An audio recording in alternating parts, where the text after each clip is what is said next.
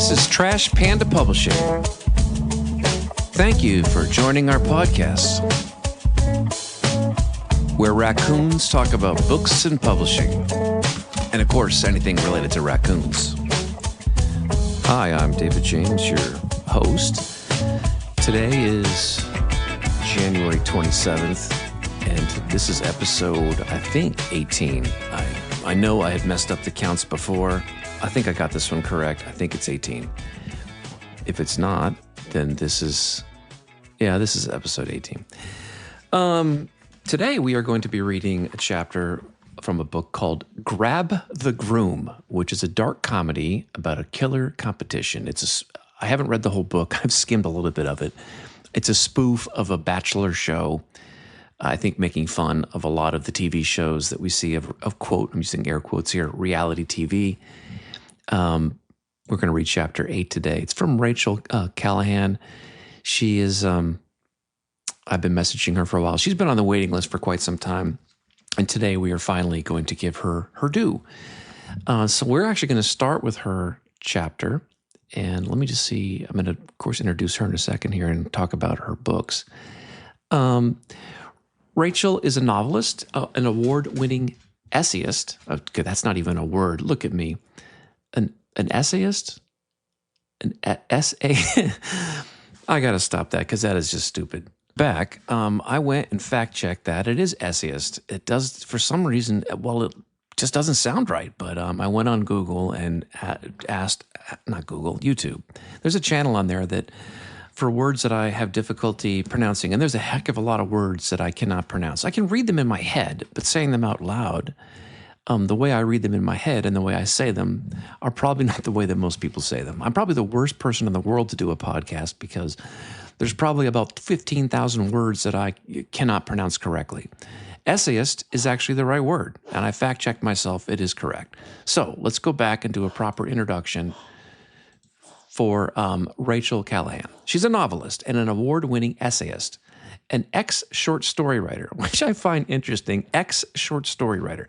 Rachel, you're going to have to tell us what that means. Does that mean you wrote short stories and you were fired as a short story writer, or you got sick of them, or you outgrew them? Maybe you started as a short story writer, and I'm not making fun here. I'm really curious. You started writing, maybe you started as a short story person, and realized you have a lot more to say that could not be fit into a short story. And so you expanded your writing, and maybe it went from essays into short stories and then novels. Maybe. You are the author of Underwater.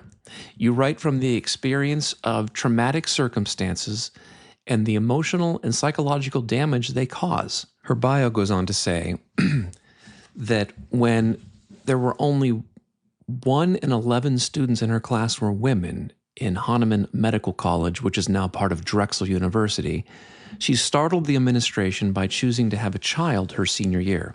In medical school, she held internal medicine, OBGYN, and emergency room experience positions, but her career was cut short by a diagnosis of stage 4 lymphoma. A stem cell transplant was the cure, but what followed was a decade of profound fatigue, which left her mourning the loss of patients that she loved as friends. The treatment for that was writing about people and making them come alive on the page. And besides writing, she is now a wife and a mother and a serial home renovator, a dog and a cat owner, and a former traveler who circled the globe at age 21. Dr. Callaghan's rich life has been instrumental in shaping her fiction, and we are pleased today to read one of her books. I'm looking at her Amazon authors page. She has a book called, actually, I wish I was reading this one. This sounds really interesting. She has 4 books that are listed here. The first one is called Painkillers, A Year in the ER. And boy, that sounds really interesting. We may have to read 2 of her books. Today we're going to read Groom, which is a comedy, sarcastic comedy about a bachelor show, a reality show. She has another book called Underwater, a novel. And she has another one called Devil's Knob, which has a goat on the front, and the goat has a needle in its mouth, which that's got, I don't know if it's funny or serious, but already I like Two of these books already are speaking to me, Painkillers, and I've already skimmed Grab the Groom, which we're going to read today. So with that introduction of who Dr. Callaghan is, let's read chapter 8. But before I actually jump into chapter 8, I got to give you a little bit of overview of the book. So Grab the Groom is Mabel Devine is a siren of the silver screen, and she's having a great time. The reality dating show that invaded her French chateau is imploding, the beautiful contestants dropping faster than the influencers are at a party with no Wi-Fi. But Mabel is nearly 100 years dead, so there's no one to share her delight until she meets an ungainly, unloved child named Hortensia. Meanwhile, little Hortensia's neglectful father is in a quandary. The weather's horrendous, the investors are restless, and an erotic dancer's snake is loose, and his daughter is always in the way. But all Brad Hudson, the producer and womanizer, knows is this: the show must go on. Grab the Groom is more than a satire of reality TV and the lookism and fat phobia that goes along with it. It's Art Deco ghost story, a dark romance, and a send-up to the 1920s Hollywood all rolled up into one. Fans of Gloria Swanson in Sunset Boulevard will enjoy the endless nod to Hollywood's golden age, while fans of modern reality competition shows will enjoy seeing the cutthroat competition on and off the camera. Any reader who is ready to stick it to the beautiful standards imposed by influencers and fashion magazines will relish in this raunchy tale of romance and revenge. That is a great combination of circumstances and scenes. I did read chapter 1. I read it earlier, well, actually yesterday, but we are going to skip to chapter 8. Chapter 8 is, they must be in the middle of filming something here because it says contestant number 3. That's the heading. So let's get rolling here. Contestant number 3, Tamara. Tamara, the contestant from West Virginia, seethed at breakfast, though she kept a tight smile for the cameras. That awful Isabel had draped herself all over the Groom, until he was practically wearing the witch like a shroud. It wasn't enough that she called Tamara low class, trailer trash right before yesterday's taping, right in front of the other contestants throwing her off the game. Isabella must have sensed her looking, as she winked and licked her lips in a suggestive manner, close to the Groom's ear. She'd been with him at the reveal. He had been MIA at the hot tub time, despite being contractually required to cavort with the contestants while, quote, getting to know them. Tamara planned to be the one to remove her top first, so she'd stand out. The daring one whose breasts were blurred on America's TV screens. In the slightly oily pool of disappointed girl stew, fingering the bottom of her bikini bra while pretending to scratch a mosquito bite. Counting on the others being too dumb to realize what she was up to. She lolled like a crocodile in the tropical temperature water, ready to whisk off that scanty bit of cloth. But the Groom was a no-show. And when the wind had picked up again, buffeting the plexiglass paned walls, the women had to evacuate with nothing to do but slink back to their lonely quarters. The waiter had put another basket of croissants on the table. Crap, Tamara said to the table in general. Everybody makes such a big deal about French food, but it's so fattening. Completely non-paleo. She grabbed the waiter's arm. Hey, don't you have any carb-free protein bars? The waiter, whose name tag read Lucien, answered her with, The storm has cut off the supply routes, and the cooks must make what is on hand. Isabel moved on to the executive table, chatting with the handsome and rich producer. Groom had moved on too, to that hoity-toity skank Jocelyn, who was tossing her hair back. The movement focused Tamara's attention. There was something practiced about that gesture, something familiar, more suggestive than the flurry of hair flipping that all girls do, a certain sluttiness to that style. She knew Jocelyn, but from where? Clanking her spoon against the inside of the coffee cup as she added sugar, another dietary no-no, she stirred up her own memory, a dimly lit club, lines of cocaine, music with a pounding beat, fat blunts and fat hands of Chinese businessmen, big tips, and another girl in the party. But the girl's name wasn't Jocelyn. It was something trashier, alcohol-y, like brandy or Chardonnay or maybe Chablis. Same shaped face, same wide brown eyes, and plush as velvet lips. Hair different. The girl at the club had streaks of red woven in the fake blonde. And the rear was familiar, too. That's what made it certain. Tamara never forgot an ass like that one sported by this Jocelyn Chablis, or whatever her real name was, juicy, heart-shaped, and with a slight gelatinous wiggle. Tamara was sure that the other escort in their party had been Jocelyn. Jocelyn recognized her. She'd used her real name that night, just like now. A warm flush of embarrassment rushed up her neck at her own stupidity, as if getting a fake ID now would have been tough. Geez, she had a real good driver's license at 15. A couple of different ones in case some bartender caught her out and confiscated one. Fake credit cards, too. Certain that the real criterion for picking contestants was looks, and so any investigation into their past would be cursory, Tamara had declared herself a bank teller come to Hollywood to act. Thank God she'd been able to get her arrest record expunged. Who the hell would have thought she'd meet someone who knew her here? And what were the odds of another phony good girl? Jocelyn must also have revised history to be acceptable. But judging by the dazed look in the groom's eyes, she was practiced in the tricks of her trade. They weren't supposed to have sex with him, just make it seem that they were. Tamara had been waiting for her opportunity to break the rule, but obviously Jocelyn had gotten a leg up on her, as well as the groom. Gritted her teeth against a slice of toasted brioche. There was room for only one escort under the flowered, bedecked end of the season trellis. Only one girl to get the $250,000 prize. The jewelry and the man. The man to whom she'd say, "See ya, sucker." And that girl had to be Tamara. Later, she was upstairs away from the rest, standing in her bare feet, panting with excitement, behind the door to Jocelyn's boudoir. The shutters were closed, keeping out the eerie light of the storm's eye. Tamara switched on the bedside lamp and gasped, startled as she saw someone move, but it was only her reflection in Louis XIV's armoire mirror. "Christ," she muttered. "Whoever decorated this dump must have shopped at the French Salvation Army."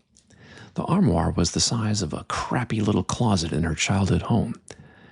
Part of her winnings would go to building a huge walk-in, the darling settee, and a center island on which to lay out jewelry, just like the real housewives. She opened the armoire, revealing a big leather vasselet, bag out and rummaged through its contents. Nothing but dresses, bras, panties, cosmetics.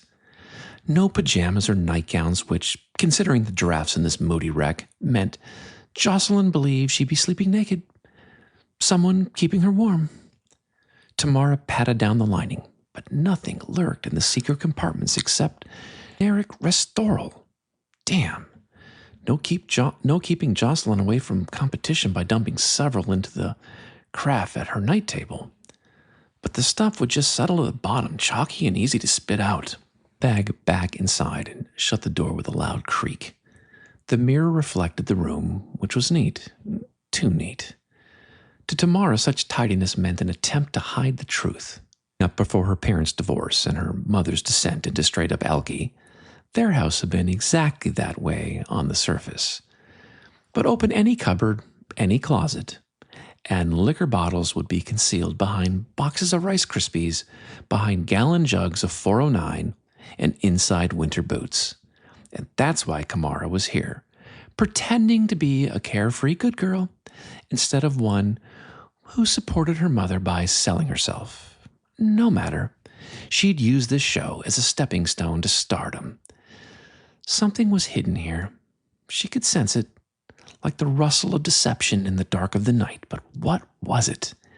How had Jocelyn gotten the groom's attention? she spotted another satchel under the high antique bed. It was black pigskin, expensive, and had a huge lock, perforated sides, and a label that said Cleopatra. Inside must be the secret to why Jocelyn fascinated men. Tamara worked on the lock. Before she could open it, a laugh sounded in the hallway and the floorboards creaked as someone walked by. Better to work the lock in private than to risk discovery. She opened the door and peeked out. No one. Grunting with effort, she dragged the case into her own suite. The room was freezing cold. One of those heavy wooden shutters had been released from its latch by the howling wind. The window leaked damp, like a pair of crotchless panties. The earth's fire blew out, but the wickering of the lamps on the nightstands bravely shouldered on as Tamara picked the lock. Inside, there was indeed a treasure trove that could account for Jocelyn's success. Black kidskin fetish gear adorned with stainless steel chains, a pair of thigh-high boots with platform soles, and a ball gag and riding crop. The oiled leather of the corsage and boots whispered suggestively as she took them out. Tamara held the outfit to her body and did half pirouettes. She slid out of her thong and stepped into the corset, wriggling it upward. Although barely able to breathe, she pulled the laces until the corset would get no tighter. Her gut rumbled in distress and her stomach felt as though it were dancing a tango in her spine. One glance in the mirror, however, told her it was worth the agony. Her waist appeared all of 20 inches, and the pressure had swollen her waxed pudenda until it bulged obscenely, reddened by the chill air. She turned this way and that, enchanted. Would Jocelyn report her bag missing? The chance was slim, as she'd have to report the contents. And what good girl had the fetish equipment of a professional dominatrix? Deep in the false bottom of the bag, Cleopatra stirred as the blast of frigid air awakened her from a well-fed slumber. One moment blissfully digesting defrosted rat, and the next chilled to her many, many ribbed bones. She poked her head up and found the weight keeping the lid on her compartment was gone. Her consciousness was dim, aware mostly of the vibration and warmth, but the link between the warmth and the human skin was strong. She began to move in an attempt to evade the frightening cold. Outside the case, Cleopatra's poor vision blurred everything in the room. She flickered her tongue, sampling as she went, but found no taste of her owner, only the strong trace of another human. Being raised in captivity and handled with respect, she had little fear of people, so she moved toward the warmth, hurrying before her muscles stiffened. Mara enraptured at the thought that if dominatrix was what the groom wanted, she now had the goods. As she failed to notice the 6-foot sinuous body moving across the shadowy floor. A touch at the back of her right leg alerted her, and she looked down and gasped, clasping her hand over her mouth to keep the scream from rising in her throat. Fear froze her, opened mouth like a blow-up doll. Cleopatra paused for a second as she slid over the corset, which tasted of her owner, but it was cold. Heat was what she wanted. Back home, she'd been draped over Chablis' shoulders many times as her owner danced, adorned with her sexy pet, but only for a single man at a time, so as if to never startle the creature, and Chablis had been careful to beat her heels on the ground in a steady rhythm, while her body moved with a mesmerizing fluidity. The beat reassured Cleopatra, who had been grateful, if she possessed that emotion. When the cool scales reached her upper back, Tamara began to thrash in an attempt to dislodge the heavy reptile, pulling at the dry, muscular body. Her desperate, ragged gasps frightened Cleopatra, and in response, she looped herself around Tamara's neck and began to squeeze tighter and tighter, until the hands ripping at her skin ceased their frenzy and the human's body slumped to the floor. Cleopatra stayed with the corpse until it began to lose its warmth. Then she slithered toward another distantly perceived source of heat. The floor changed from soft wool in the bedroom to tile, harder and colder than the carpet, and distasteful. Forward movement was more difficult on the slick surface, but she continued on. Beneath a huge raised porcelain container was a hot water pipe piercing the floor. The access hole was big enough for her. She dropped down, her flickering tongue sensing a good supply of her favorite food squeaking as it ran in the manor house's ancient lath and plaster walls below. Mabel looked with distaste at the body. One really couldn't blame that beautiful boa for leaving. That dead creature was so déclasse. No snake would want to be caught dead on it. She trailed behind Cleopatra, heading into the bathroom just as the snake's yellow body slithered into the hole beneath the tub. The pipes were no longer wide, no longer real iron installed by Max when he'd brought modernity into the manor, but they were now cheap plastic, like the new females. Like this cheap, bare-twatted thing lying dead. But the snake? Mabel chuckled. The snake was a good thing. Entirely too many rats in these walls. Mabel planned to drop in beneath the plaster from time to time to watch the hunt. But for now, she sped off, the merest hint of a shadow in the eye, checking on the intruders. Little Hortensia could help. It would cement their friendship. Wow, that is the end of chapter 8. And I think you can probably tell that Dr. Callaghan has some wonderful humor and a wicked sense of humor as she's poking fun at a lot of things here. And I'm definitely going to put this on my reading list. I've already downloaded it into the Kindle. I believe this one is it is part of Kindle Unlimited. You can buy it, of course, on Kindle, and it's available in paperback. It is called Grab the Groom, and I'm just sitting here smiling because what I read there is just this is the kind of smart humor I enjoy. Now I have to apologize to Dr. Callaghan because I can't tell you how many of these words, like these French words, that I never took French, and in my mind when I read them, I know what they mean, but I cannot pronounce them. So I'm sorry if I butchered some of the words in your book, but it is certainly well written, and I'm going to have to go back and start from the beginning. But we do want to thank Dr. Callaghan for sharing her work with us, and with her permission, and I will email her and confirm this, I do want to read something from her other book, which is called, make certain I get it right here, it's called Painkillers. So let me just read the front of this one. It is a delightful medical drama infused with gallows humor from Kirkus. Now, first of all, I just picked this up. Kirkus is the #1 review entity out there.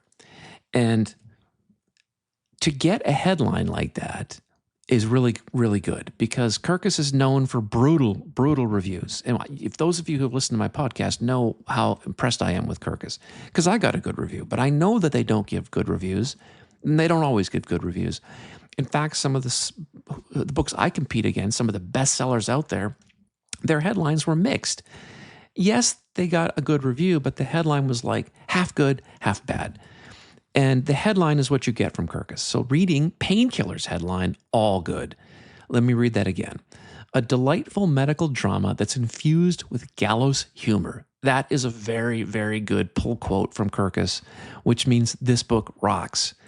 We should have read this one. But you know what? We read Grab the Groom, also really, really good. But we are definitely going to read, with Dr. Callaghan's permission, we are going to read something from Painkillers, A Year in the ER. That is, I'm going to put this on pause here. Actually, I'm not going to put it on pause. We're going to keep going. We're going to flip on something that I read in Writer's Digest.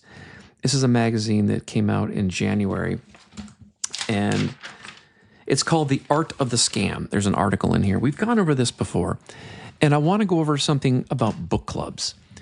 I'm sure those of you who are authors, if you're on Facebook, you get these emails that are from a Gmail account. And let me see if I can pull one up now to tell you what they look like. I'm sure that you've got them, but if you haven't, this is what they look like. It will say something to the effect, I came across your work and you are a wizard with words and your book basically deserves to be read. And I would love to help get it in front of audiences. I run a book club. We have insert 300, 400, 500, 1,000 members, some outrageous number of people. And it is a book club that is for your genre. Whatever your genre is, they have a book club for it. And it'll say something like, we meet monthly for robust discussions and we have a spot, an author's feature spot coming up next month. And we would love to invite you to come be in our author's spot. That's typically how it goes. And that's a very fancy, that was my dog telling me that Billy fell down a well. And I think Billy's probably okay now. So let me go back to what the email says. I'm actually reading one right now. My name is Alyssa Allen, and I organize the Mocha Girls Reading Club from Harlem, New York City. I've seen one from South Africa. I got one from Australia the other day. It's a vibrant book club that's part of a national reading community, and our mission is to amplify diverse voices of new and up-and-coming writers. And we're honored to feature your book, and then it has your book name there. Mine, for me, it's a Scholars Wish. There's a promo plug placement. At our next meeting, insert date. And this one is March 3rd.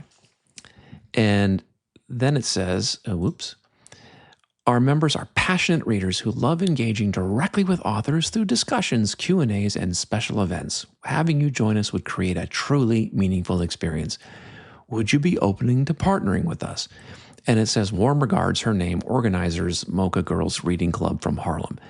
And at the bottom, it has a WhatsApp phone number, and it's a meetup group, which for those who don't remember, Meetup is a website that you create and people can join and you schedule. Generally, it used to be in-person events, but now they're evidently virtual.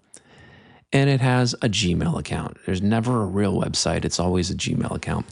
These emails all look the same.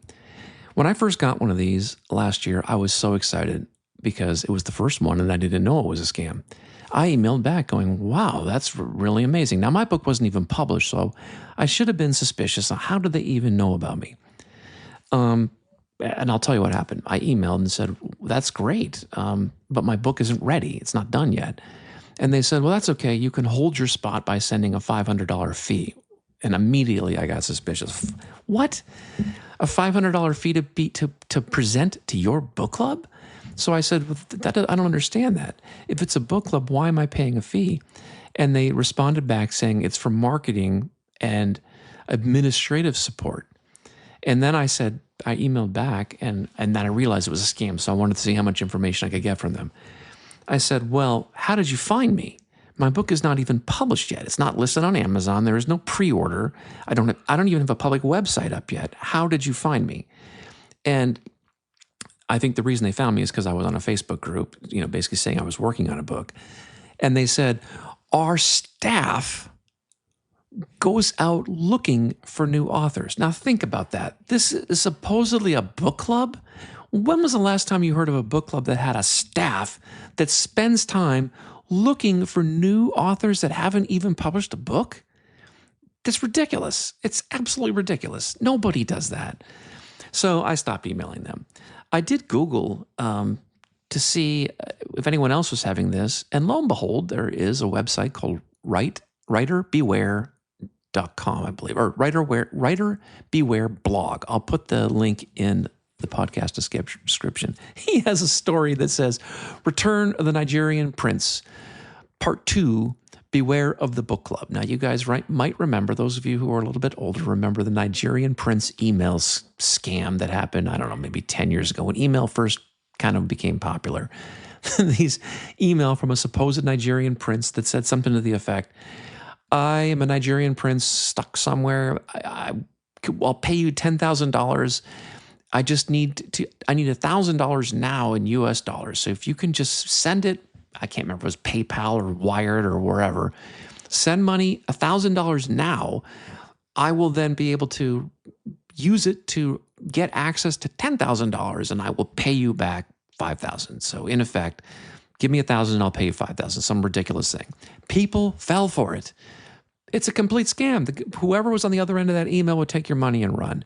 And it became a joke. It became like before there were memes, it became a meme. And now it is a joke to say the Nigerian Prince emails. Well, this whole blog is about this scam because I get a dozen of these emails every week. And it's a form letter. It is a complete form letter. And how do I know that? Because I got one the other day where it says, "We are honored to feature your book," and where the title goes, there was a bracket that said, "Insert title name." They didn't even bother to fill the book name in. It is a scam. Do not fall for these things. It's a total scam. It's a total ripoff. I have reported them to Google. I got bored doing it's exhausting reporting them to Google, and I just delete them now. But that is a complete scam. There's another one where they will message you and tell you that they want to help you promote or to get reviews for your book. And they will friend you on Facebook and ask you how you're doing. How's your day going? And if you make the mistake of replying, they harass you constantly. You get like a dozen instant messages or whatever those private DMs are on Facebook. And they start off all pleasant, and then they get rude if you don't reply to them. Like, it's broken English, at least the ones I get are broken English, and they're pushy. They want, at first, they just ask you how you're doing, then they want to know what your marketing plan is, they want to know what your goals are for your book. Like, why in the world would I tell a complete stranger what my goals are? They want to know how many books I've sold this week. None of your darn business how many books I've sold this week. Then they want to know what my plan is to get reviews. That's none of your business. Maybe people buy the book or get it on Kindle Unlimited and decide to write a review. And then they tell me that they can get me 50 to 100 reviews. And so I said, that's great. How are you going to do that? And they said, well, that will require a payment. So basically, pay me and I will. My guess is they probably have 50 fake accounts and they'll just go write 50 AI reviews. So basically, you could buy reviews from them.